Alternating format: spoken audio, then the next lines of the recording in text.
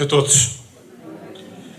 Em nome da Associação Abraçar Milhares de Poiares, é com enorme alegria que damos início a esta sessão de lançamento. Um momento que assinala, mais do que a apresentação de um livro, marca o reconhecimento de talento, de cultura, de comunidade e de futuro. Aqui, no coração da nossa freguesia, reunimos-nos para celebrar a obra do nosso conterrâneo, o escritor André de Oliveira, cujo percurso se cruza entre a acupuntura e a literatura, duas áreas que, quando bem conjugadas, são exemplos vivos de cuidado, de empatia e de humanização.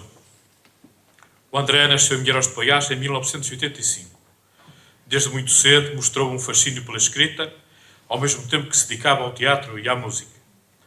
Agora, como profissional de saúde na equipa do Hospital Trofa Saúde, na Clínica Metafísica de Escariz, na Clinimano em Valdecâmara, na Inner Peace e no Centro de Enfermagem Geral em Oliveira das Meias, especializou-se no tratamento da dor. Um percurso profissional revela uma atenção profunda à condição humana, à dor física, ao sofrimento e à necessidade de cura, mas paralelamente à alma, à narrativa e ao sentido. Como autor, o André lançou em 2012 Viagem com o Mestre, em 2016 Peónia Vermelha, em 2024 O Amigo Secreto, nomeado internamente pela editora Cordel de Prata como o melhor livro de thriller suspense de 2024. E hoje traz-nos o seu mais recente trabalho, Um Amor para a Vida. Os seus romances atravessam os temas do amor e das relações interpessoais, o crime, a espionagem, dilemas morais, e fazem-no com a convicção de que as histórias que contamos importam e podem mudar vidas. O André acredita, e nós também acreditamos, que a escrita não é apenas entretenimento, mas instrumento de transformação pessoal e social. Ele é ainda formador, comprometido em contribuir para uma sociedade mais saudável e inspirada, alinhando o seu trabalho clínico e criativo com a missão de ajudar pessoas a viverem com mais sentido, paixão e propósito. Esta noite é ainda mais rica porque contamos com duas oradoras convidadas de prestígio, duas mulheres que dedicaram grande parte da sua vida ao cuidado da língua, ao incentivo à leitura e à promoção da escrita. A professora Sandra Bolsinha, licenciada em Letras pela Universidade de Coimbra, que desde tenra idade viu nos livros os seus companheiros de viagem e que, como professora de português e inglês, desenvolveu ao longo de décadas um forte compromisso com a motivação para a leitura precoce com crianças e jovens. A sua experiência inclui ainda a tradução, a revisão ortográfica e a legendagem de filmes em inglês, onde a qualidade do texto, a expressividade e o sentido são exatamente os pilares que sustentam a literacia e a comunicação intercultural. Depois de uma carreira diversificada, que inclui a função de diretora comercial de uma empresa de calçado, vocacionada para a exportação, regressou ao ensino como formadora para jovens e adultos. Esta versatilidade entre a cultura, a empresa e a educação confere-lhe uma visão abrangente e enriquecedora sobre a palavra como motor de crescimento.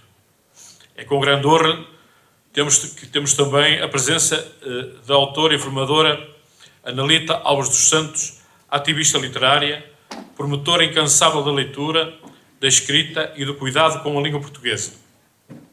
É diretora da revista literária Palavrar, Ler e Escrever é Resistir, fundadora do projeto O Prazer da Escrita, através do qual dinamiza formações de escrita e eventos literários por onde já passaram milhares de pessoas. Foi professora universitária, dedica-se em exclusivo à promoção da leitura e da escrita, escreveu o livro Erros de Português Nunca Mais em 2023 e está envolvida em clubes de leitura online com o apoio institucional do Plano Nacional de Leitura. Colunista literária no Ímpar, do Público, e no Sul Informação, colabora no blog literário da UC, moderadora do Book Club Estante FNAC e do Clube de Leitura online Inspirar a Ação. Também realiza regularmente ações de escrita e de incentivo à leitura em escolas, bibliotecas e feiras do livro. Ter esta conjunção de André, Sandra e Analita nesta noite significa que o livro que celebramos não está apenas destinado a ser lido, mas a ser vivido, discutido e partilhado. Significa que a leitura aqui tem lugar, voz e comunidade. Permitam-me refletir um pouco sobre o significado deste momento, porque isto vai além da página impressa. O lançamento de Um Amor para a Vida representa aquilo em que acreditamos como comunidade, que as nossas origens, o nosso território, são fonte de inspiração e de afirmação, que a cultura, a leitura, a palavra são instrumentos de empoderamento e de pertença, que cada livro traz consigo um convite para expandirmos a nossa consciência. No mundo que parece cada vez mais acelerado, a leitura é o antídoto para a raiz e para o sentido. A literatura permite-nos atravessar mundos, viver vidas que não são as nossas, entender dilemas e encontrar pontos de contacto com a nossa própria existência. E o André, aqui desta terra, escolheu transportar tudo isso para as suas páginas. Esta iniciativa, promovida pela Associação Abraçar Mulheres de Poiás, em colaboração com a Junta de Freguesia, assume-se como parte de um compromisso mais antigo, o de valorizar o talento local, o de tornar a cultura acessível e o de abrir portas. Hoje, no Centro Cultural de Pinheiros de Poiás, reunimos-nos para dizer: prestamos atenção, apoiamos e incentivamos. E é nessa linha de continuidade que me sinto feliz por anunciar e declarar oficialmente o lançamento do Clube de Leitura de Pinheiros de Poiás, uma nova proposta cultural aberta a todos os que amam os livros, a conversa e o encontro. A partir da Biblioteca da Junta de Freguesia, numa das próximas sextas-feiras, ou dia 14 ou 21 de novembro, a confirmar, pelas 21 horas, teremos a primeira sessão do Clube de Leitura. Uma sessão sem agenda prévia e sem ordem de trabalhos. Um espaço de partilha, de reflexão, de descoberta, onde leitores de todas as idades se encontrarão para viver a leitura de forma comunitária. Convido cada um de vós a participar, a trazer o vosso livro favorito, a descobrir novos autores, a discutir ideias, a ampliar horizontes. Este clube será um porto de abraço à cultura, como o nome da associação indica, um abraço às palavras, às pessoas e ao pensamento. Em nome da Associação Abraçar Mulheres de Poiás, agradeço sinceramente a todos os presentes, às nossas convidadas, ao autor, à equipa da Junta de Freguesia, à Biblioteca, aos apoiantes, à comunidade que aceitou este convite para estar aqui. Que esta noite seja o início de uma nova fase de múltiplas sessões de leitura, encontros de escrita, momentos culturais que façam vibrar esta terra e a palavra. Com orgulho, com esperança e com vontade, declaro oficialmente aberto o lançamento do romance Um Amor para a Vida. Muito obrigado a todos.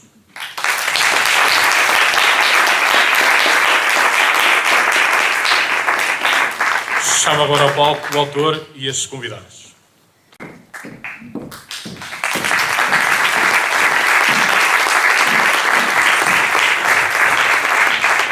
Ora, boa noite. Muito boa noite. Então, antes de iniciarmos esta conversa sobre este novo romance, queria só continuar a onda de agradecimentos, nomeadamente começando pelo Sr. Paulo pelo excelente discurso que fez aqui. Muito obrigado, Sr. Paulo. À Associação Abraçar Mulheres, à Junta de Freguesia, pelo apoio disponibilizado e a toda a equipa técnica que hoje e já noutros dias esteve aqui a preparar esta noite para que hoje pudéssemos ter uma apresentação. O excelente trabalho do Arthur, o Fernando, o Daniel, o Amaral. Espero não me estar a esquecer de ninguém. E a vocês por hoje terem saído num dia em que nem sempre é fácil sair e disponibilizar de algum tempo, porque temos os nossos rituais, não é? Hoje é um dia especial para muita gente e não está propriamente sol. E agradeço a vossa presença, agradeço a presença dos meus irmãos e do meu pai e da minha mãe mais uma vez pela vossa presença, porque sem eles eu não estaria cá hoje.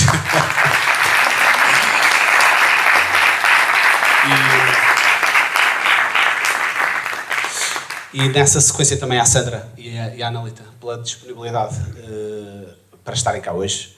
E nesse sentido, se calhar, passaria a palavra à Analita e para ela lançar as hostilidades. Bem, começo por te agradecer a ti, André, pelo convite E eu venho do Algarve e ontem, quando eu entrei no avião, estava sol. Quando cheguei aqui estava a chover. Mas Uma tempestade, estava uma tempestade. olhar para esta plateia num sábado à noite, onde poderiam estar em tantos lugares e estão aqui, é como se o sol estivesse a brilhar de certa forma. E dou-te os parabéns, André, e também ao Paulo Alves e à Junta de Freguesia de Milhairós de Poiares. Eu tenho alguma dificuldade em dizer Milhairós de Poiares, mas tenho vindo a treinar e agora está muito melhor. E como ativista literária estou muito contente por ver aqui tantas pessoas para honrar o André com este seu novo livro. E começo por te perguntar, o que é que te leva a escrever, André? O que é que te leva a escrever?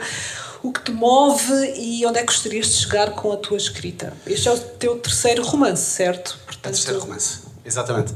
Então, esta é uma pergunta interessante por várias razões, porque o que me leva a escrever é um bocado aquela sensação de... São as coisas simples, não é, do processo. É eu chegar às vezes ao final do dia com um parágrafo extra escrito, a sensação de completar um pouquinho mais aquela história que por alguma razão está aqui à minha volta a querer ser contada, aquela sensação boa de ao fim de alguns meses ter mais alguns parágrafos, o texto ir ficando cada vez melhor e há uma satisfação pessoal. E depois, em última instância, é chegarmos ao fim de algum tempo, neste caso 2 anos e meio mais ou menos, e ter um livro pronto, não é?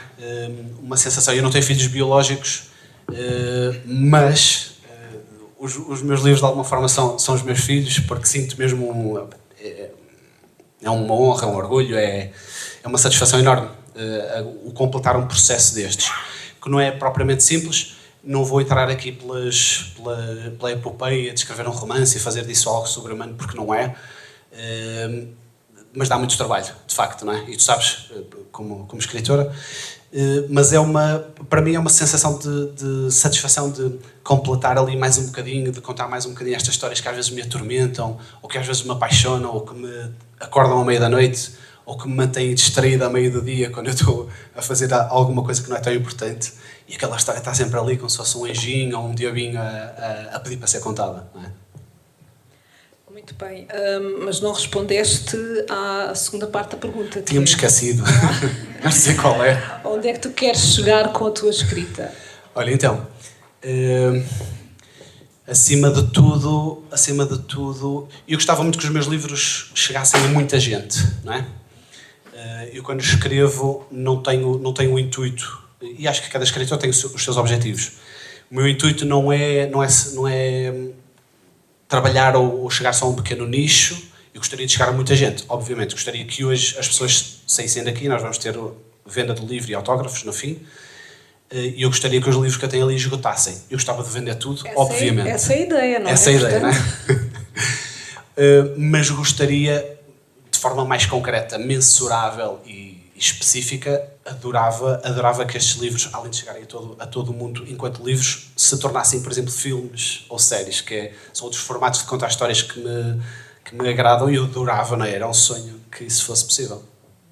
Bem, o trailer já deu para realmente perceber que esta história é cinematográfica, mas essa pergunta vai mais para a frente. Agora quero-te perguntar relativamente, sem entrar em pormenores, não é?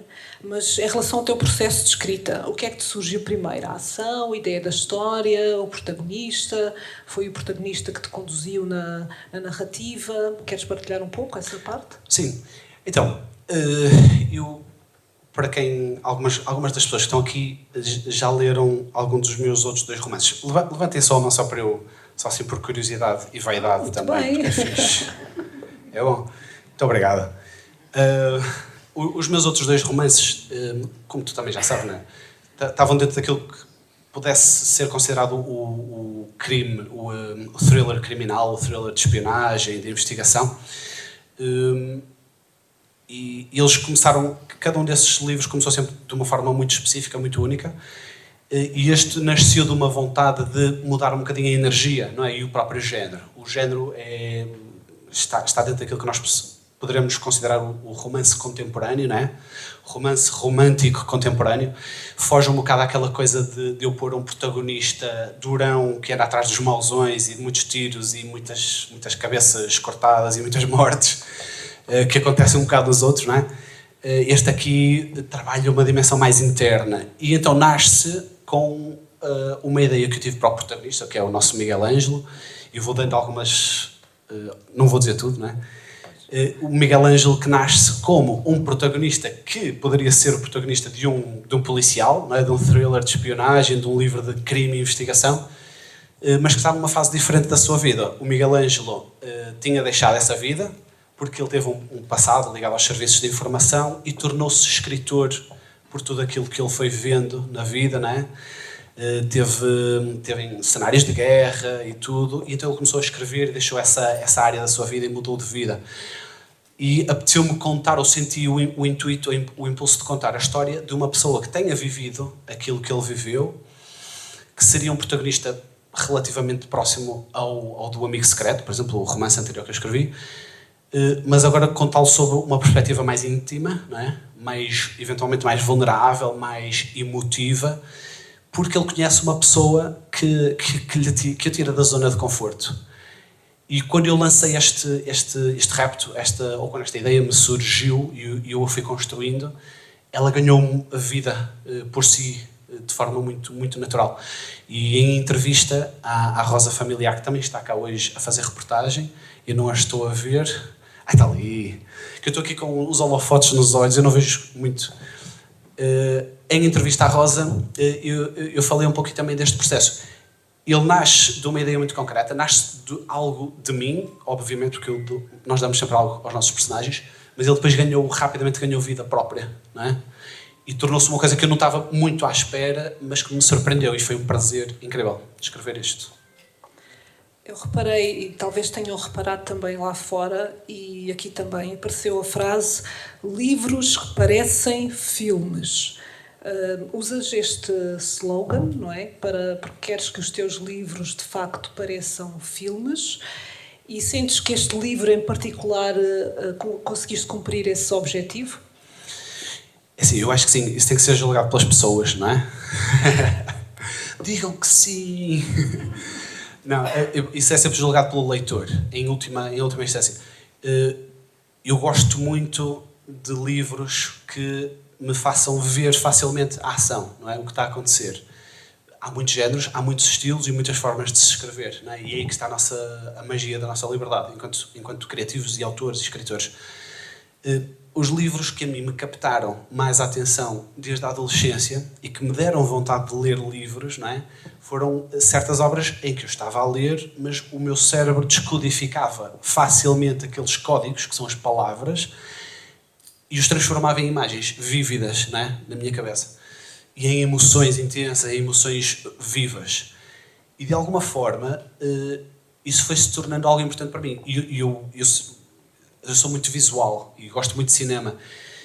E quando comecei a descobrir que há formas e há técnicas de se escrever um pouco nesse sentido, de se tentar encontrar ou criar uma narrativa que seja muito visual, muito cinematográfica, isso foi fascinante para mim, porque eu comecei a treinar e a pesquisar e a tentar desenvolvê-la, e acho que foi sendo algo que eu fui tentando aplicar, tanto no Peónia Vermelha, no primeiro romance, no Amigo Secreto e agora neste terceiro romance, não é?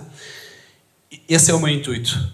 Eu, quando o leio, eu tenho a sensação clara que estou a ler um filme, não é? Não é um guião cinematográfico. Os guiões cinematográficos têm uma linguagem, uma estrutura, uma técnica muito específica. Este é um romance, é literatura, mas eu tenho a sensação mas eu sou um bocado suspeito, não é? Porque sou o autor. Acho que é o leitor que vai ter que dizer isso em última instância, mas eu gosto disso e é isso que eu tento fazer. Muito bem. Obrigado. Acho que agora é a Sandra. Sandra, não é? posso? Obrigado. Muito obrigada. Obrigado, Sandra. Olha, em primeiro lugar, e cortando aqui um bocadinho, eu também gostava de dar os parabéns ao André, obviamente, e a todos os que colaboraram para ajudá-lo a estar aqui hoje e a transformar este momento numa realidade. E obrigada também pelo convite para estar aqui e dizer uns disparates e fazer-te umas perguntas que eu espero que não sejam assim, completamente repetidas, que tu não tenhas já respondido uma centena de vezes e que não saibas já assim de cor e salteado. A gente ajusta contas lá fora. Sempre a ameaçar. Vocês sabem, não sabem? Olha, eu gostava de pegar um bocadinho na ideia que a Analita mencionou e que se repete nas tuas redes sociais, que tu repetes muito, daquela ideia dos livros que parecem filmes.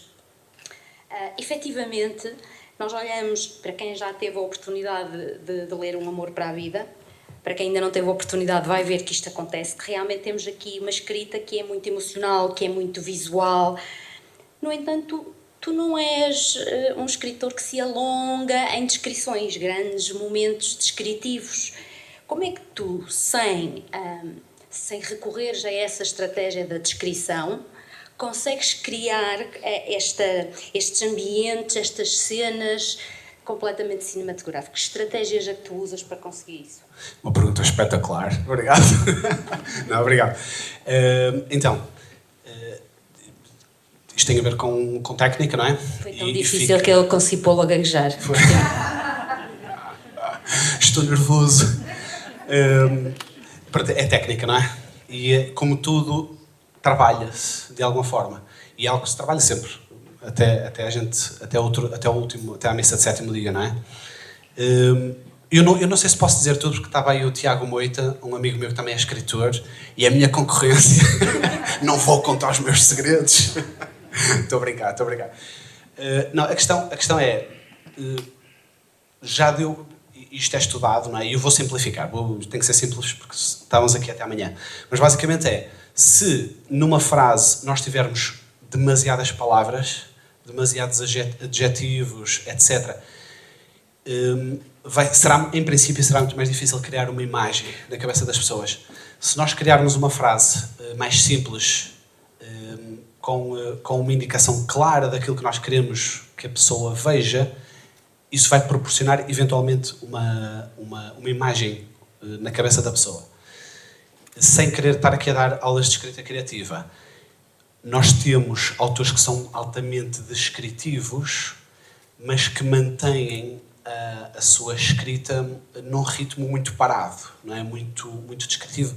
Por exemplo, a descrever uma natureza morta, por exemplo, ou aqueles autores que descrevem, por exemplo, uma cena em que neste momento está um autor a falar ao microfone e ele tem à sua frente uma mesa que tem um cacho de uvas, um livro, 3 velas e uns papéis. Esta imagem é criada, não é? Só que depois nós temos que adicionar outro elemento, que é o elemento de ritmo, não é? Na ação. E é aí que, de alguma forma, nós tornamos a narrativa mais cinematográfica. Porque, se nós estivermos a fazer este exercício simples que fiz agora, de uma descrição de uma coisa que está aqui, vocês viram, se vocês estivessem com os olhos fechados, a maior parte das pessoas aqui ia conseguir imaginar o que eu estava a dizer. Mas ia ser uma situação, ia ser uma cena ou um momento parado. Okay? Que é o que grandes mestres faziam antigamente. Nós temos na literatura portuguesa autores que faziam isso de forma exímia, não é? A narrativa mais cinematográfica, ou que nos dá a sensação de que eventualmente estamos a ler um livro, é fazer isso em movimento, não é? E nesse momento está a acontecer algo mais do que a descrição.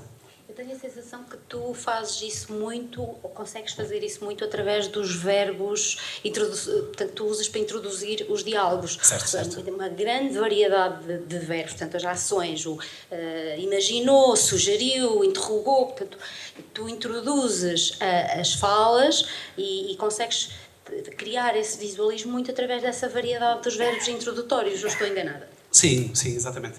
É isso, é a forma como nós utilizamos a gramática, não é? E a utilizamos com técnica, não é? Com esse sentido de descrição vívida e clara, dando, por exemplo, já que estamos a entrar em maior detalhe, dando uma imagem muito simples, não é? Numa frase em que eu dou só 3 ou 4 indicações bem claras, não é? E depois fazer esse jogo gramatical, obviamente. Em vez de estar a escrever, já que estamos nisto, uma frase com 3 linhas ou 4 que dá demasiada informação para a cabeça da pessoa e a pessoa, a certa altura, perdeu a atenção, não é? Já não estava ali, por exemplo. Exatamente, era aí que eu queria chegar, não é? Sem essa descrição tradicional, como é que tu chegavas a essas imagens? Nós, quando começamos, tu já falaste há pouco um bocadinho do Miguel Ângelo e na sua carreira de escritor, etc. E quando a história começa, ele está efetivamente num momento em que a sua carreira está em queda. Está ali um momento em que ele é um escritor sem rumo. Podemos dizer que há... Não. Eu vou perguntar na mesma. É uma pergunta retórica, mas a retórica também é uma estratégia, não é? Claro. Há alguns traços autobiográficos de Miguel Ângelo. No Miguel Ângelo há um bocadinho do André de Oliveira. Além disto, além dele também ser escritor. Eu adorava. E no outro dia estava a falar sobre isso. Mas essa pergunta é interessante, porque faz-se essa pergunta aos escritores muitas vezes, não é? Essa projeção. Invariavelmente nós damos muito de nós, ou damos bocadinhos de nós a cada personagem, a cada protagonista, a cada herói, a cada vilão, a cada personagem secundário, não é? Damos sempre algo de nós. E costumo dizer isto, e em conversa com a Analita, ainda ontem falámos disto, que é o autor que diga que não se expõe nos seus livros está a mentir, não é? Agora, Um Amor para a Vida ou Miguel Ângelo não é de todo autobiográfico, porque ele tem uma vida muito mais interessante do que a minha, é muito mais musculoso do que eu, é muito mais famoso do que eu, é muito mais bem sucedido do que eu. Digas que estás com inveja. Eu estou a ficar com inveja do meu próprio herói, não é? Ele, por exemplo, é convidado por uma moçoela toda bonita e muito interessante para ir passar um fim de semana a uma Quinta do Douro. Quer dizer, isso a mim não me acontece propriamente com muita frequência, não é? Então eu respondendo essa pergunta, e agradeço porque eu sei que é genuína, mas realmente não é assim tão autobiográfico como eu desejaria. Ainda tem um bocadinho mais autobiográfico, assim, evidente, porque, tal como o Sr. Paulo disse no início, tu também tens a parte da terapia, além da parte da escrita. Exato. E para quem ler o Amor para a Vida com atenção, vai perceber que o Miguel Ângelo também tem lá umas raízes na terapia. Claro. Não vou revelar mais, que não quero ser spoiler, mas Exato. se tu quiseres. Mas fica a dica. Diga-me só uma coisa, vocês conseguem ouvi-la bem? Sim. Ok. Estavas com a esperança que não. Estava na esperança. Mas desculpa, não sei se era uma pergunta agora. Não, agora era mesmo só eu tentar ser engraçada. Era só mesmo uma afirmação. Pronto, Obrigado. então, falando, portanto, o Miguel Ângelo, não é? Nós começamos a ler e ele está aqui num momento de caos na vida dele. É neste momento de caos que lhe aparece a Ana Lilith. Eu trouxe a minha própria Lilith hoje. Mas aparece a Ana Lilith, uma mulher que também é com um passado muito complexo, com um passado que até esconde alguns segredos. O que é que te inspirou a juntar assim, duas personagens tão feridas numa história de amor? Então, as grandes histórias normalmente partem de oposição, não é? Elementos opositórios. E neste enredo, a ideia inicial que me surgiu, ou que me dá a alavanca para começar a história, foi o Miguel Ângelo, o nosso protagonista masculino. Só que ele era uma pessoa que estava relativamente bem. Aliás, ele tem a vida boa, não é? Antes de entrar neste caos que ela estava a falar, porque ela já está a falar quando a ação começa, ele tinha uma vida boa, não é? Ele era escritor best-seller, vendia muitos livros, é muito reconhecido, pronto, vivia bem. E eu procurei alguns elementos de contradição e de conflito, não é? E o que é que pode ser maior conflito? E agora pergunta para os homens. O que é que pode ser o maior conflito na vida de um homem que está tudo bem e em paz e em sossego? Deem-me a resposta. Então, obrigado. O que é que acontece? Eu pensei, o que é que pode ser aquele pilar de confronto, não é? De conflito, que faz uma boa história? Pensei, então, uma mulher interessante, não é? Com profundidade psicológica, que também traga um passado complexo, porque normalmente os nossos protagonistas, ou aqueles personagens que normalmente nos agarram mais nas boas histórias, são personagens que têm passados complexos, têm dores, têm traumas que não estão resolvidos, não é? E então eu decidi escolher um grande desafio para ele, que foi a Ana Lilith, e dar-lhe a ele também uns traumas do passado e a ela também. Nesse sentido, gerou-se ali uma dinâmica muito interessante para que o seu conflito, o seu encontro, não é? Se tornasse ao mesmo tempo algo que acho eu que todos nós desejamos, que é encontrar pessoas especiais ao longo da nossa vida, eventualmente um grande amor, não é? Este livro parte dessa premissa, mas onde invariavelmente há conflito. E não há nenhuma relação das pessoas que aqui estão. Há pessoas que estão casadas há muito tempo, que eu conheço, há pessoas que estão em relacionamentos há pouco tempo, e eu ponho a minha mão no fogo, como toda a gente teve problemas difíceis para resolver ao longo do tempo nas suas relações. E é isso que traz verosimilhança, veracidade, profundidade psicológica, não é? aos protagonistas e aos enredos, de alguma forma, especialmente este tipo de enredos. E ela é um complemento. Eu há pouco disse então de brincadeira esta coisa do conflito de ser a mulher, mas ela é de facto um complemento para ele. E ela ajuda-o, ou vai tentando ajudá-lo, não posso dizer qual é o fim, ela vai de alguma forma ajudando-o a revelar. É um complemento, não é ele que é um complemento. Espera aí, não me deixaste acabar.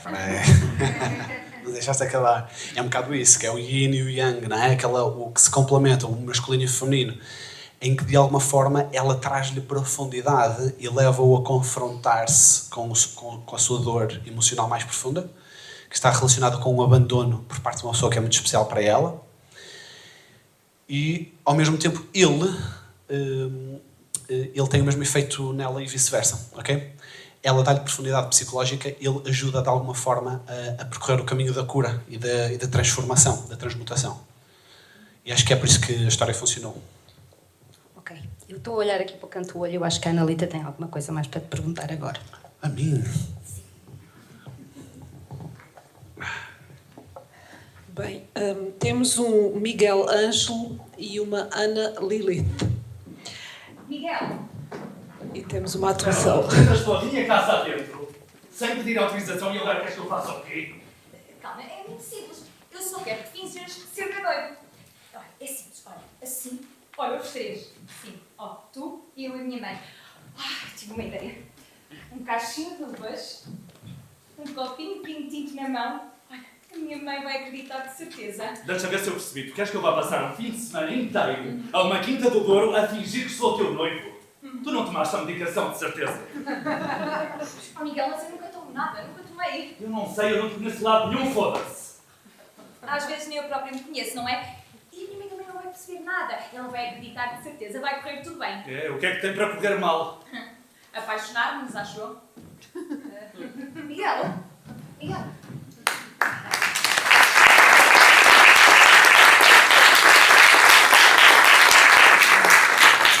Obrigado. Obrigado aos nossos atores, que estão a trazer outra dinâmica, não é? Mais rica aqui. Vou então continuar com a pergunta e a entrada do Miguel e da Ana foi mesmo propositada, ou melhor, foi bastante propícia a esta questão, que é o nome Miguel Ângelo e Ana Lilith. Foi propositado. O que é que temos aqui? Quase luz, sombra. O que é que pensaste na escolha destes nomes, com a escolha destes nomes? É exatamente isso. Nos romances não há nada que esteja ali que seja por acaso, não é? Principalmente coisas tão importantes como o nome dos protagonistas. E neste caso temos um protagonista que tem o nome de arcanjo, não é? O arcanjo Miguel, que representa a luz, a justiça, é o grande, não falta o adjetivo, é o defensor, não é? O justiceiro de Deus, não é? Protetor. O protetor, exatamente, justiceiro. E ele de alguma forma representa esse arquétipo. O Miguel Ângelo é literalmente um arcanjo Miguel numa forma completamente humanizada, não é? Este romance não tem elementos sobrenaturais, nem é de cariz espiritual, mas é tão humano que se torna profundamente espiritual, não é? Ou pelo menos eu gosto de o ver assim. E o Miguel Ângelo representa exatamente isso. Ele foi uma pessoa que esteve ligado do seu passado às forças especiais militares. Ele tem uma carreira militar nos serviços de informação, e por muito que essas áreas possam ter um lado muito negro, porque têm, também tem um lado de proteção. Aliás, teoricamente é a base dessas forças, não é? Dessas forças de segurança e de informação. Então ele representa de alguma forma isso também. mesmo na própria escrita dele, ele como best-seller, ele escrevia sobre a condição humana, sobre o espírito humano. E é uma pessoa justa, é uma pessoa... é muito brincalhão, mas é uma pessoa muito luxo, não é? E a Ana Lilith, novamente, aquela ideia de termos um complemento, um confronto e um conflito ao mesmo tempo, não é? A tal situação, sendo que o Miguel Ângelo também é complemento para ela, não é? O que acontece é que a Ana Lilith foi na mitologia judaico-cristã, e eu vou ser muito simplista nisto, e provavelmente estará aqui pessoas que podem explicar isto melhor um dia, mas de forma muito simplista, na mitologia judaico-cristã, Lilith terá sido a primeira mulher de Adão, não é? Não foi Eva. Só que Lilith não se submeteu, não é, à autoridade de Adão, à autoridade do Pai, à autoridade de Deus, então de alguma forma é relegada para os infernos e é de alguma forma demonizada, né? Chamamos-lhe assim, satanizada de alguma forma, e passa a ser representada ou interpretada como algo mais demoníaco. Só depois é que vem Eva, não é? Supostamente. E há muitas interpretações para isto. Não quero ofender ninguém, mas é um bocado isso. Ela representa, de alguma forma, a rejeição, porque ela, no passado dela, tem o trauma da rejeição, não diretamente relacionado com homens, mas com o seu próprio sagrado feminino, com a sua mãe, não é? Pronto, fica aqui mais um segredo, mas eu quero que vocês leiam, não é mesmo? E de alguma forma ela representa isso. E é um bocado esse lado luz e sombra, não é? O yin e o yang sempre, o lado lunar e o lado solar, o complemento e o conflito entre masculino e feminino, fogo e água, não é? E a Ana Lilith, pronto, nasce em Inglaterra, filha de mãe portuguesa e de pai italiano, mas tem este nome, e é um nome que a mãe lhe deu conscientemente, não sabendo que realmente estava aí a contar-nos muito da sua história. É um nome difícil de pronunciar, pelo menos para quem tem dislexia não é fácil. É só acabar com um. Pois, não vou repetir outra vez. Além da escolha dos nomes das personagens, o título da obra e a própria capa são ingredientes muito importantes para o sucesso do livro, para chamar a atenção dos leitores e depois também para fazer ou não relação com o próprio conteúdo. Neste caso, Um Amor para a Vida, sem entrares em pormenores, eu sei porque é que se chama Amor para a Vida, mas não vou contar. Acompanhaste o processo. E está na página 152. O segredo. Mas queres explicar um pouco, sem entrares em pormenores, como é que chegaste a este título, Um Amor para a Vida, e se quiseres falar um pouco também sobre a própria capa, que ficou tão bonita, não é? Acho que vamos gostar de ouvir. Então, o título Um Amor para a Vida foi das primeiras coisas que surgiu. E é um título que pode ser amado ou que pode ser odiado, não é? Também, acredito que possa ter os dois lados, mas foi escolhido muito por isso, porque de alguma forma ele representa uma ideia que, eu não me considerando uma pessoa propriamente romântica, etc., acho que todos nós procuramos, cada um à sua maneira, de formas diferentes, em diferentes áreas da nossa vida. Um amor para a vida pode passar... Precisas de ajuda? Um amor para a vida pode ser focado no enredo que nós temos aqui, numa relação entre um homem e uma mulher, que desenvolve uma relação de cariz romântico, não é? Mas pode ser o amor no seu contexto mais amplificado. Pode ser o amor de um pai para um filho, não é? De uma mãe para um filho, de um filho para um pai, para uma mãe. A amizade pode ser o amor entre dois irmãos, não é? O amor na amizade, pelos amigos, etc. E então, porquê é que eu digo isto? Porque o contexto ou o conceito de amor aqui abordado, porque eu acho que o leitor, consoante for lendo o livro, poderá concluir isso, ou poderá interpretar dessa forma e perceber isso, que o amor aqui, embora esteja focado entre duas pessoas que têm uma atração física, sensual, sexual e romântica intensa e rápida, não é? O conceito de amor expande-se para outras dimensões da sua vida, das suas vidas. Uma das partes mais fundamentais do enredo é realmente a relação mal resolvida entre a Ana Lilith, Dizes muito bem. Ana Lilith e a mãe, não é? e também, de alguma forma, a representação do relacionamento saudável que, por exemplo, o Miguel Ângelo tem com os seus pais, não é? E é uma temática que hoje em dia está muito em voga e acho que é uma coisa que pode e deve ser falada e compreendida, que são estas relações, não é? Que nós temos com as pessoas que são mais importantes para nós, que normalmente são a nossa família mais direta. Os nossos pais, os nossos filhos, os nossos irmãos e restantes familiares e pessoas, não é, da sociedade, não têm que ser familiares de sangue, mas que acabam por se tornar família. E normalmente são essas as pessoas que nos ensinam mais. Seja pela dor, não é? Seja pela provocação, mas também seja pelo amor. Os maiores ensinamentos que eu tive por parte dos meus pais foram pelo amor, mas alguns também foram assim a puxar, a provocar-me, não é? Porque eles perceberam que era a melhor forma de me tirar daquele estado, não é? De ignorância. Então é um bocado por aí. Este livro aborda muito esta questão, está a faltar-me o termo, que é entre gerações, não é? Intergeracional, não é? O amor intergeracional, que é algo que é visceral, é inexplicável, não é propriamente racional, não é? Quantas vezes nós já vimos no YouTube e na internet um pai ou uma mãe conseguir levantar um carro com força bruta porque o filho estava debaixo das rodas do carro, não é? Quantas vezes já vimos uma mãe franzininha a fazer uma coisa que nunca ninguém acreditou que ela pudesse fazer com força bruta, não é? Então é um bocado por aí. É este tipo de relacionamentos que são os pilares fundamentais da nossa vida e que são de alguma forma a busca da nossa vida. E pode-se também expor, isso cá estou a alongar muito, mas um amor para a vida tem a ver com a nossa vida profissional também. Quem consegue encontrar amor no seu trabalho, de alguma forma, paixão, não é? Trabalha muito mais e muito melhor, normalmente, não é? Quem tem o privilégio de o fazer. E é um bocado por aí. E também o amor próprio, não é? Exatamente, claro que sim, claro que sim. Agora... Aliás, desculpa, já que agora vamos sim. abrir outra porta de Pandora, porque é isso. De alguma forma, a jornada que estes dois protagonistas passam resume-se ao descobrimento e à cura do amor próprio. Claro que sim. Através do outro, não é? Do espelho que o outro é. De certa forma relacionado com essa questão do amor próprio, mas no outro lado, e relacionado com o aspecto mais criativo, fala-se muitas vezes de bloqueio de escrita. Sentiste isso neste...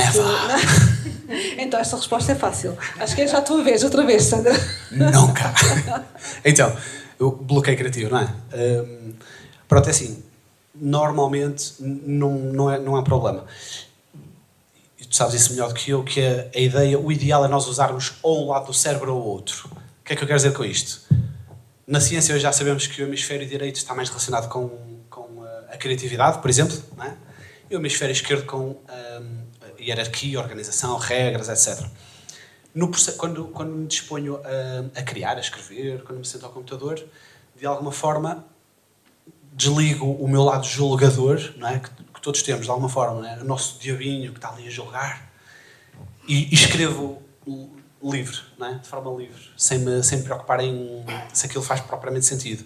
E depois ativo outro, ponho outro boné, não é? Com o hemisfério esquerdo ativo e começo a estruturar, a reorganizar, etc. E depois faço ao contrário o processo, que é, eu gosto de planear tudo ao detalhe para que depois, quando eu entro no processo criativo, possa improvisar. Então, de alguma forma, a questão do bloqueio criativo não é um grande problema, porque não há... A parte do planeamento ajuda-te bastante. Sim. Muito bem. Sandra, temos mais umas questões, não é? E depois vamos abrir também para o público, também fazer questões? Exatamente. Tens mais 3? Posso ter mais. Mas até amanhã de manhã, está tudo contente, não está? Eu já tenho ali um barzinho com café e cerveja. As cadeiras também são confortáveis, se quiserem fazer uma cestinha. Não. A pergunta que eu te ia fazer agora tem um bocado a ver com o que tens estado a falar. Falaste aí bastante do relacionamento entre as pessoas, não é? Os diferentes tipos de relacionamento, a forma como se complementam, a forma como há conflito, etc, etc. No caso em particular do Miguel Ângelo e da Ana Lilith, para quem ainda não sabe, a história deles nasce de um fingimento. o início da história entre eles, como nós vimos aqui os atores exemplificarem em palco. O início é um fingimento. E a minha pergunta é: tu acreditas que realmente o amor pode nascer de uma mentira? Então. Muito bem. É assim, essa foi uma das subpremissas, chamemos-lhe assim, que me surgiram logo no início para o enredo. Naquela estratégia de criar complexidade, não é? E tentar dar uma cor diferente ao que pode parecer óbvio. Há uma história que poderia ser mais evidente, ou mais óbvia, mais expectável ou previsível, mas ela nasce de uma premissa contraditória, de alguma forma, chamemos assim, não é? Não sei se estou a utilizar o termo certo, mas a ideia é essa, é criar aí uma contradição, algo que às vezes moralmente nós julgamos, não é? Como é que é possível amar verdadeiramente a partir de uma mentira, não é? Eu não sei, eu não tenho opinião formada, continuo a sentir, estou cada vez mais confuso depois de escrever isto. Mas sim, mas na construção do enredo surgiu essa ideia de se complicar a coisa com uma contradição. É um bocado aquela ideia outra vez de nós temos aquilo que é óbvio, não é? À primeira vista, mas ganha maior profundidade se nós dermos-lhe algo que está ali meio escondido, que é meio contraditório, que é meio, se calhar não é tão ético fazer, não é? E a história entre eles aprofunda-se exatamente por causa disso. Mas depois eu pergunto-me, não é? Quantos de nós já teve grandes aventuras e experiências, eu não tenho que ser só ao nível do humor, mas quantos de nós já teve experiências que começam por uma mentirinha ou por uma coisita à toa, até contraditória, e de repente tem-se ali uma vivência tremenda. Então a ideia passa por aí. Ok, portanto foi uma perplexidade que resolveste explorar. Exatamente. Não é? Mas que não tens assim conclusões definitivas. Não tenho.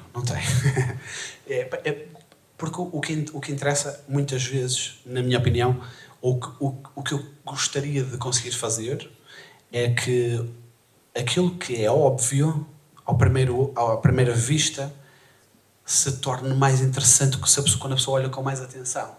Como se tivesse algo oculto por aquilo que está a ser feito, dito, ou pelo fenómeno que está a acontecer à nossa frente. Está bem?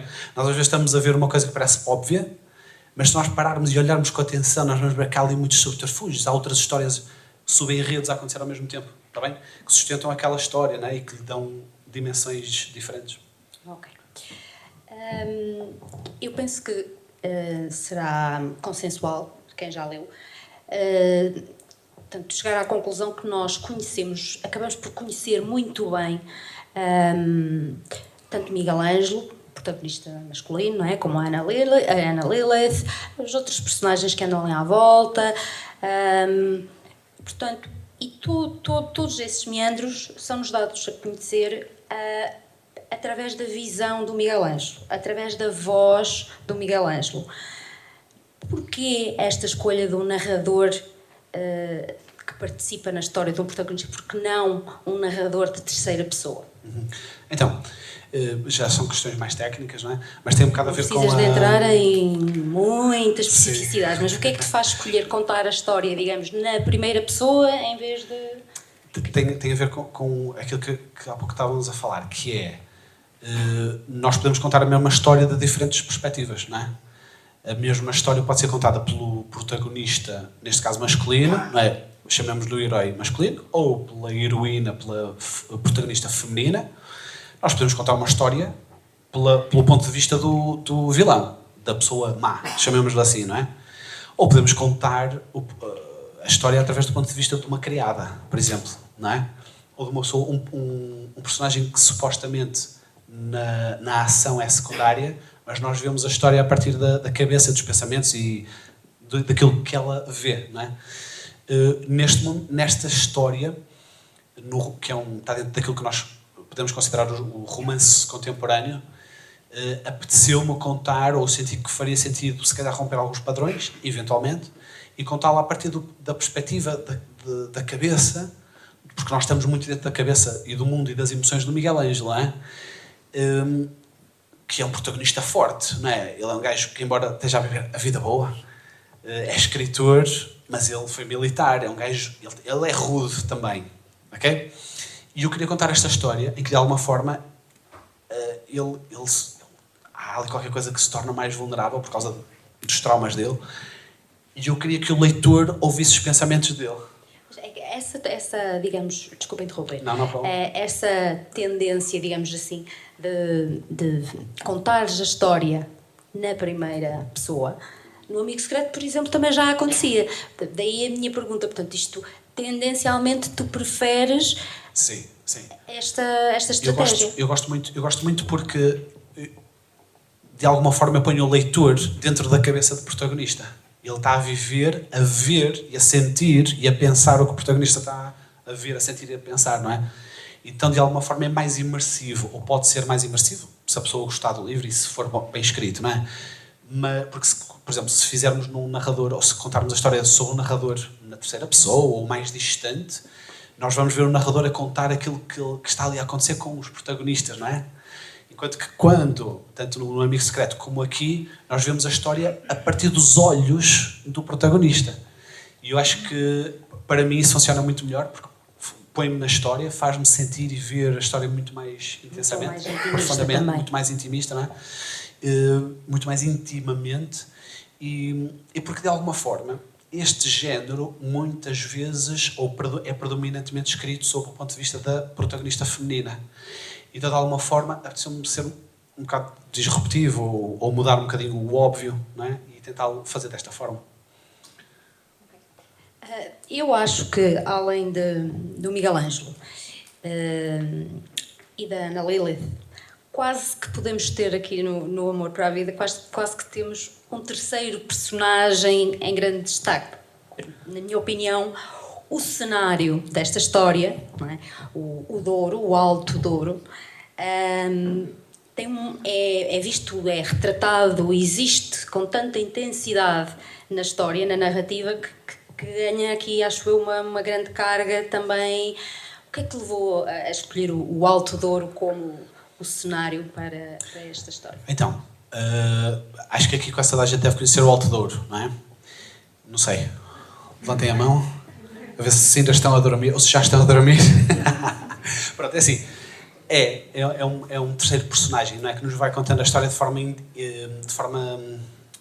indireta, que nos dá um bocado a roupagem de fundo e as cores, as sensações. Uma vez mais, acho eu que este livro não é altamente descritivo das paisagens do Douro, mas quando as aborda, acho que cria imagens concretas na cabeça do leitor. E o Alto Douro é lindíssimo, é uma das regiões mais lindas do mundo, para mim, não é? O nosso país é pequeníssimo, temos 10 milhões de habitantes, ou 11 milhões, de norte a sul são 800 km, não é? Da fronteira norte de Espanha até Portimão, não é? São 800 km, acho eu. É um país pequeno, mas nós temos muitas paisagens diferentes e temos muitas imagens e muita energia diferente ao longo do país, não é? E o Alto Douro realmente é algo de mágico e místico, não é? Principalmente quando estamos na zona próxima ao rio e acompanhamos o rio. E há muita mitologia, muita história nessa zona do país. E depois tem uma coisa que eu acho que é o grande ponto a favor, que é o melhor vinho do mundo também, não é? Que é o vinho do Douro. E acho que é um elemento, é o quarto personagem, de alguma forma, tem? Um terceiro, quarto personagem, que é o vinho que nos acompanha, não é? Nesta história, e que eu aconselho a quem comprar o livro, a quem o for ler, que o deve fazer acompanhado de um bom vinho tinto do Douro. Preferência àquele que é recomendado ou que é mais mencionado ao longo da história. Exatamente, que é mencionado aqui na história. E sim, mas é porque aquela região é espetacular, é lindíssima, não é? E deve ser valorizada. Ok. Eu, por hoje, a minha sessão de tortura fica por aqui. Muito obrigada por satisfazer as minhas curiosidades. Obrigado eu. Passar a voz ali à... Então, última, não é? Porque depois nós vamos passar para as pessoas. Está bem? 3 perguntas, quem quiser. Podem já começar a pensar nas perguntas, que a minha última... Só 3. Só 3? Para ali. Antes da minha última questão, e só para... Este é um livro que tem muitas camadas, tem muitas leituras, tem várias nuances. E há só aqui uma passagem, porque cá está a minha alma de escritora bateu nesta frase e não sabias que eu ia... Não partilhei contigo que iria ler esta parte, mas achei que era mesmo muito, muito bonito, e como há pessoas na plateia que também escrevem, portanto vão se identificar bastante com esta frase. Tens muitas pérolas, muitas expressões bonitas e frases bonitas neste livro. Obrigado. E esta é uma que me disse muito, que diz: escrever é um ato de coragem, ou talvez de loucura. É colocar a alma à mercê do mundo, exposta, despida de qualquer máscara. E hoje a minha alma parece querer esconder-se. Portanto, para quem tem desse lado a alma de escritor ou de poeta, esta frase fará muito sentido. E é só uma pequena parte. Obrigado. Porque a minha última pergunta mesmo é... ainda tenho uma pergunta. É a última mesmo, a derradeira, que é se vamos voltar a encontrar... Vê se eu não deixo que ir o livro outra vez. Se vamos voltar a encontrar brevemente o Miguel Ângelo e a Ana, vou só dizer Ana, numa próxima história. Claro. Então, eu já revelei um bocadinho isto também, isto surgiu na Infomédia e na RCF, acho eu, das entrevistas, e sim, já estou mais ou menos a meio do enredo da história do próximo, que tem estes dois personagens como protagonistas também, só que desta vez vai haver um vilão e é uma coisa negra, assim, uma coisa pesadona. Ou seja, se a gente aqui no Amor para a Vida encontramos, ou vamos se calhar um bocado ao inferno de cada um deles, né? Ao lado mais dorido e traumatizado deles, que é o lado mais negro, sombra deles, no próximo vamos ter um vilão que eu acho que é um psicopata daqueles old school, mas com muito humor, que eu acho que torna um vilão interessante, não é? Aqueles psicopatas que acham piada ao que estão a fazer. E eu não vou contar muito mais. Quando acontecer, depois ele é lançado, ninguém se vai lembrar disto que foi dito agora, por isso... Achas tu, não é? Não, mas há continuação, eventualmente é o início de uma série. Muito bem. Então, vamos antes de finalizar, vamos ver se desse lado alguém tem questões. É só levantar a mãozinha, depois... E ali o Fernando vai-vos entregar um microfone, está bem? Então, deixa eu levantar. Nós a seguir, de qualquer forma, Mário, só antes de começar daqui, depois destas 3 perguntas, vamos ter livros ali para quem quiser adquirir um exemplar, vamos ter sessão de autógrafos para quem quiser levar um rabisco no livro, e depois vamos ter copos lá em cima no mudo, está bem? Isto aqui agora é até às 7 da manhã. Estou a brincar, à meia-noite estou na cama. Força, Mário. Boa noite, André. Parabéns. Obrigado. E muito sucesso. E queria aproveitar a ocasião, não falando do livro, porque desconheço, mas da tua experiência pessoal como um autor já estabelecido, qual seria o teu conselho, as tuas palavras para alguém que vai entrar nesse mundo? Obrigado. Mário, não é? Mário. Sim. Olha, então, o meu conselho para quem está a começar é procurar nas redes sociais ou na internet o nome Analita Santos, porque ela é mentora de novos autores e tem um projeto daqueles 54 projetos que vocês ouviram que ela está envolvida. Um deles é mentorar e orientar novos autores que estejam a começar, não é? E que não saibam bem o que fazer, tanto a nível técnico, na melhoria da escrita, está bem? Como depois na entrada no mercado literário, que é um bocado complicado. É um mundo altamente competitivo, elitista, difícil de entrar, não é? E depois tem várias opções. Quer dizer, eu estou a dizer isto no sentido se quisermos entrar para grandes editoras, não é? Que normalmente são os mercados mais difíceis, são aquelas ligas mais difíceis. É como um jogador de futebol, não é? Normalmente começa-se por baixo e vai-se melhorando. Mas há outras opções. E se alguém estiver interessado, etc., pode procurar a Analita Santos. A Analita esclarece tudo, está bem? Nas redes sociais. Obrigado, Mário. Se mais alguém quiser perguntar alguma coisa, olha, Tiago. Olá, Miguel. Viva. Mais parabéns pelo teu novo livro. Obrigado. A pergunta que eu quero fazer é muito simples. No jornal O Regional, do qual foste entrevistado esta semana, tu tinhas dito que este livro representava um novo ciclo e o fim de um outro. Eu queria que me explicasses melhor porque é o fim do novo ciclo e como é que vai ser este novo ciclo que vai começar a partir de agora. Segredo! Então, a vários níveis, não é? Acho que tanto na forma de escrever, como na abordagem à publicação. São questões, se calhar, mais técnicas que nos interessam a nós podemos passar horas a falar sobre isto, se calhar para as pessoas não interessa tanto, eu vou resumir, mas depois falamos, se calhar, um bocadinho com mais calma, mas eu estive ligado a 12 editoras, não é, no passado, e percebi que havia outra opção que me poderia ajudar a iniciar esse novo ciclo. Esse novo ciclo, tanto na parte da publicação, um novo modelo de publicação, não é? De forma totalmente independente, mas na realidade melhor, mais profissionalizado, mais amadurecido, mas nessa resposta também me referia um pouco à própria escrita em si, porque de alguma forma estes dois primeiros romances, o Peónia Vermelha e o Amigo Secreto, foram escola, não é? E tudo é escola, sempre. Nós estamos sempre a aprender e a melhorar e a tentar aperfeiçoar. Mas foram um bocado procura do estilo, não é? Da minha forma de escrever. E de alguma forma tenho a sensação de que estou a encontrar um bocado esse toque pessoal. Então é um bocado por aí. Tanto a nível pessoal, técnico, não é? Como depois também a forma de publicar e de vender os livros. Obrigado. Ali a Carla. E será a última, está bem, meus santos? Obrigado, Nandito, pela tua maratona. Pela tua... Fernando. Olá, André. Olá, Carla. Tu falaste há um bocado que vais dar continuidade a essa história, certo? Era uma das perguntas que eu queria te fazer. Tu estás a pensar fazer essa continuação de um dia mais tarde, fazeres o teu filme dessa história? Que eu acredito que acho que ia ter um grande sucesso. Olha, obrigado, Carla. Então, a Carla é uma amiga minha e já me tinha perguntado isto, mais ou menos, não foi? Algo próximo. E eu pedi-lhe, não me perguntes isto ao vivo. Estou a brincar.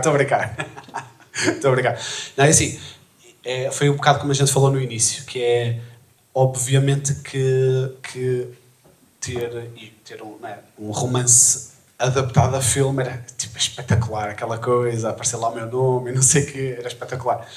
Mas isso é um processo que tem muitos meandros e trabalha-se de outra forma. E eu neste momento não estou a direcionar nesse sentido, não é? Para além da história ser, do estilo e da forma de escrever ser, daquilo que eu gosto de dizer, cinematográfico, não é?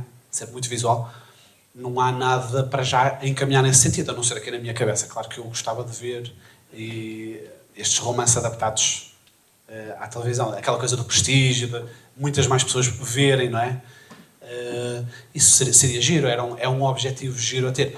E depois é engraçado porque tu hoje perguntaste, mas depois as pessoas perguntam-me isso pessoalmente também, o que é interessante. E se calhar eu gostaria, este é o meu pensamento mais cá para cima, gostava que se fosse um sinal.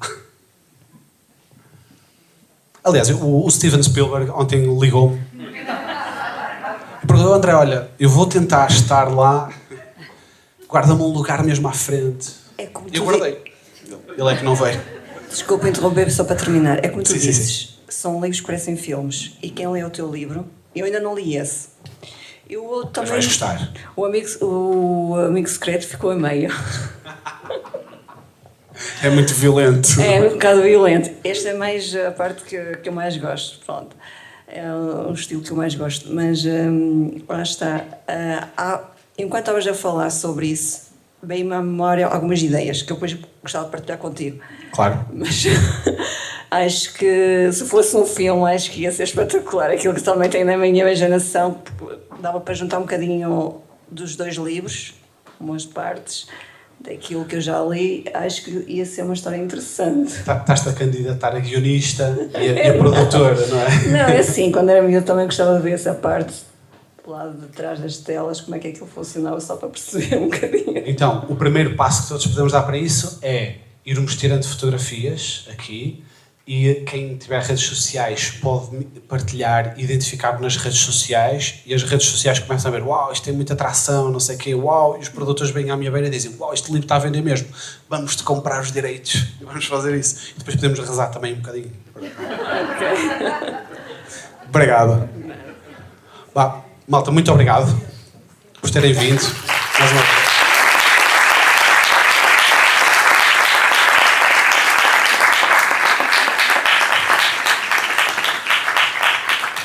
E agora teremos sessão para quem quiser adquirir o seu exemplar lá fora, está bem? E depois eu estarei lá também para dar uns autógrafos. E depois quem aguentar esta longa jornada, lá em cima no Mood, vamos beber uns finos, está bem? Obrigado, até à próxima.